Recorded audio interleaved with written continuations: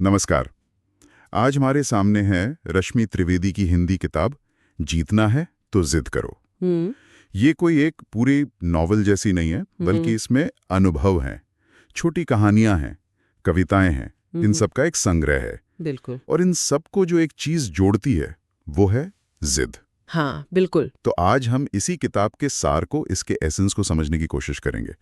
कैसे ये जिद, मतलब एक अटूट इरादा, हमें मुश्किलों से निकालकर जीत तक ले जा सकता है। हाँ, और किताब का जो केंद्रीय विचार है वो बहुत सीधा है पर गहरा भी है कि जिद करने वाले ही हैं जो हार को जीत में बदल पाते हैं। अच्छा। मुश्किलें तो देखिए सबके जीवन में आती हैं, पर किताब कहती है कि जो टिका रहता है जीत उसी की होती है। सही बात है। और इसकी बनावट भी काफी दिलचस्प है।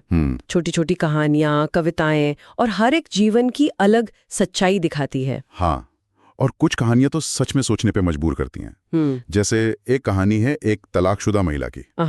दो बच्चे हैं उनके, समाज, परिवार, कहीं से खास सहारा नहीं मिलता, बल्कि ताने मिलते हैं। हाँ, ये तो अक्सर होता है। पर उनके अंदर एक जिद पनपती है कि नहीं, मैं खुद को साबित करूंगी। वो अकेले नौकरी करती हैं, बच्चों को पालती हैं, अपने आत्मबल से जीती हैं। बिल्कुल। और ये कहानी सिर्फ आत्मनिर्भरता की नहीं है, ये अंदरूनी ताकत की कहानी है। सही। यहाँ जिद जो है वो सामाजिक दबाव और जो निजी मुश्किलें हैं उनके खिलाफ एक तरह से ढाल बन जाती है। ये दिखाती है कि जब बाहरी सहारे ना हो तो अपनी शर्तों पर जीने का इरादा ही आपकी सबसे बड़ी ताकत बन सकता है। सही कहा आपने।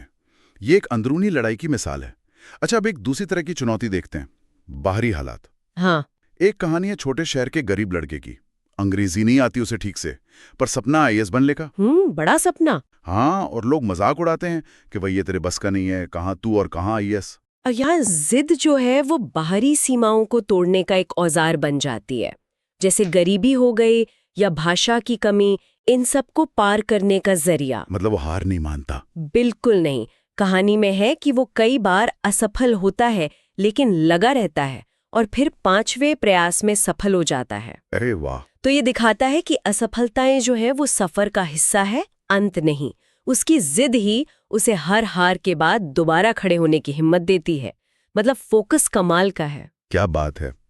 तो देखिए, एक तरफ सामाजिक दबाव वाली कहानी, दूसरी तरफ ये हालात की सीमाओं वाली। हाँ। और फिर एक कहानी है जो उम्र की सीमाओं को चुनौती देती है। एक 60 साल के बुजुर्ग हैं। अच्छा। रिटायरमेंट के बाद वो अपना अधूरा सपना पूरा करते हैं, टीचर बनने का। अरे वाह, रिटायरमेंट के बाद। हाँ, और जब लोग कहते हैं अरे अब इस उम्र में क्या करोगे, क्या फायदा, तो उनका जवाब होता है सपना कभी बूढ़ा नहीं होता। ये तो बहुत बहुत शक्तिशाली बात कह दी उन्होंने, है ना। हाँ, ये उस सोच को तोड़ती है कि सपनों की कोई एक्सपायरी डेट होती है। और कमाल की बात यह है कि वो न सिर्फ अपना सपना पूरा करते हैं बल्कि बच्चों को मुफ्त ट्यूशन देकर उनकी जिंदगी में भी बदलाव लाते हैं। अच्छा, तो मतलब उनकी जिद सिर्फ अपने लिए नहीं थी। नहीं, बिल्कुल नहीं। यहाँ जिद दूसरों के लिए प्रेरणा बन जाती है, समाज पर एक पॉजिटिव असर डालती है। इन कहानियों के साथ साथ, जैसा आपने शुरू में कहा, किताब में कविताएं भी हैं। हाँ, कविताएं भी हैं। और वो भी इसी जिद की ताकत को बताती हैं। हाँ, एक कविता का भाव तो मुझे बहुत अच्छा लगा। कुछ ऐसा है कि टूट गया तो क्या हुआ, तेरे भीतर जो ज्वाला है वो राख नहीं बनती। अगर जिद है तो नामुमकिन नहीं। ये अंदर की आग और शक करने वालों को गलत साबित करने की बात करती है। बिल्कुल। ये कविताएं उन कहानियों के जो इमोशनल पहलू हैं उन्हें और गहरा करती हैं। तो अगर हम इन सब बातों को समेटे तो किताब से कुछ मुख्य सबक मिलते हैं ना। हाँ, क्या सबक निकलते? पहला तो यही कि हर हाल में लड़ना सीखें। दूसरा, हार को अंत न समझें, उसे एक मोड़ समझें, एक सीढ़ी समझें। सही। तीसरा, अपनी भावनाओं को, अपने इमोशंस को कमजोरी नहीं ताकत बनाएं।